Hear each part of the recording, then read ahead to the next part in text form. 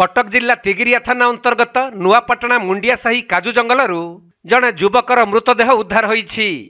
मृतक जनक हेउछंती नुआपाटना वासुदेवपुर ग्रामर केशरी प्रधान।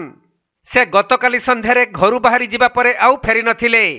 हेले आज तांकर मृतदेह मुंडिया साही पछपटे थिबा एक काजू जंगलरू झुलंता अवस्था उद्धार होईछि।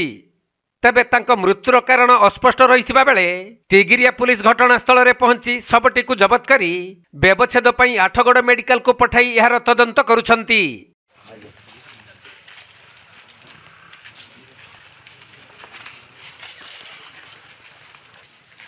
कटक जिला प्रतिनिधि राजेश कुमार साहू रिपोर्ट, कोणार्क लाइव।